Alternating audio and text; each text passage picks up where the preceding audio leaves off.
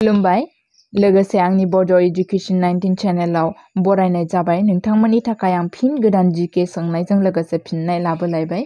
आसा खालामो भिडिअखौ जोबजासिम नायलांगोन।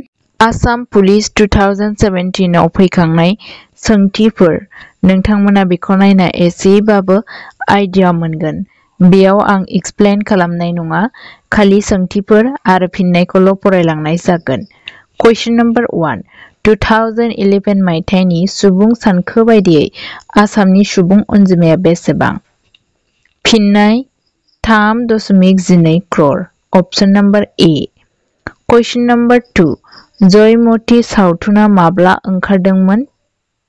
फिननाय अपशन नम्बर डी 1935 मायथाइयाव। कुइसन नम्बर 3 सर्थेबारिया मानि थाखाय मुंदांखा? फिननाय bell metal. Option number B. Question number 4 सरायघाटनि दावहाया माब्ला जादोंमोन?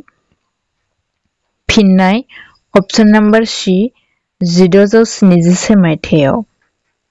कुइसन number 5 quit India movement Bharat नागार सोमावसारनाया माब्ला जादोंमोन? फिननाय अपशन नम्बर ए 1942 मायथाइयाव। कुइसन नम्बर 6 रबीन्द्रनाथ टेगरआ माब्ला नबेल प्राइज बान्थाखौ मोनदोंमोन? फिननाय अपशन नम्बर ए 1913 मायथाइयाव। कुइसन नम्बर 7 आसामाव साहा बिफांखौ सोर संखांदोंमोन? फिननाय option number B Robert Bruce. Question number 8 आसामनि गासै हा खालिया बेसेबां? फिननाय option number C 78,438 square kilometre. Question number 9 Bharat आरो पाकिस्ताननि सिमाखौ मा होननानै मिथिनाय जायो? फिननाय option number A Radcliffe line होननानै मिथिनाय जायो। कुइसन नम्बर 10 आसामनि गिबिसिन राजाया सोरमोन? फिननाय option number D Sukaphaa. Question number 11 आसामनि गिबिसिन लेङाइ आफादगिरिया सोरमोन? फिननाय option number C Sarvepalli Radhakrishna. Question number 12 Prahlad Charitra बिजाबखौ सोर लिरदोंमोन? फिननाय option number A Hema Saraswati. Question number 13 Assam Sahitya सभाखौ माब्ला गायसननाय जादोंमोन?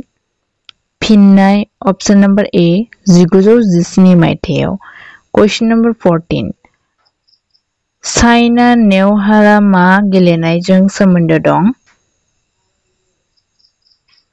फिननाय अपशन नम्बर ए बेडमिन्टन। कुइसन नम्बर 15 पलाची दावहाया माब्ला जादोंमोन? फिननाय अपशन नम्बर बी 1757 मायथाइयाव। कुइसन नम्बर 16 आसामनि रायजोनि जुनारा मा? फिननाय अपशन नम्बर ए वान हर्न राइनोकर्स माने थसेल' गं गोनां गान्दा। कुइसन नम्बर 17 अर्जुन एवार्डखौ मा बिथिङाव होनाय जायो? फिननाय अपशन नम्बर डी स्पर्ट्स। कुइसन नम्बर 18 भारत हादरनि संबिजिरखौ माब्ला आजावनाय जादोंमोन? फिननाय अपशन नम्बर सी 26 नभेम्बर 1949 मायथाइयाव। कुइसन नम्बर 19 लक्षद्वीपनि राजथावनिनि मुङा मा? फिननाय अपशन नम्बर डी कावारात्ती। कुइसन नम्बर 20 सोरखौ दिहिंगिया राजा होननानै मिथिनाय जायो? बेनो जागोन अपशन नम्बर बी सुहुंमुं। कुइसन नम्बर 21 गिबिसिन असमिया खौरां बिलाइनि मुङा मा? फिननाय अपशन नम्बर बी दैनिक बात'रि। कुइसन नम्बर 22 इन्टारनेशनेल योगा सानखौ माब्ला फालिनाय जायो? फिननाय अपशन नम्बर बी 21 जुन। कुइसन नम्बर 23 आसामाव गासै बेसेबां जिल्ला दं? फिननाय अपशन नम्बर डी 35। आहमफोरनि जोबथा राजथावनिया मामोन? फिननाय ऑप्शन नंबर बी जरहाट। क्वेश्चन नंबर 25 माधवदेवा बबेयाव जोनोम जादोंमोन?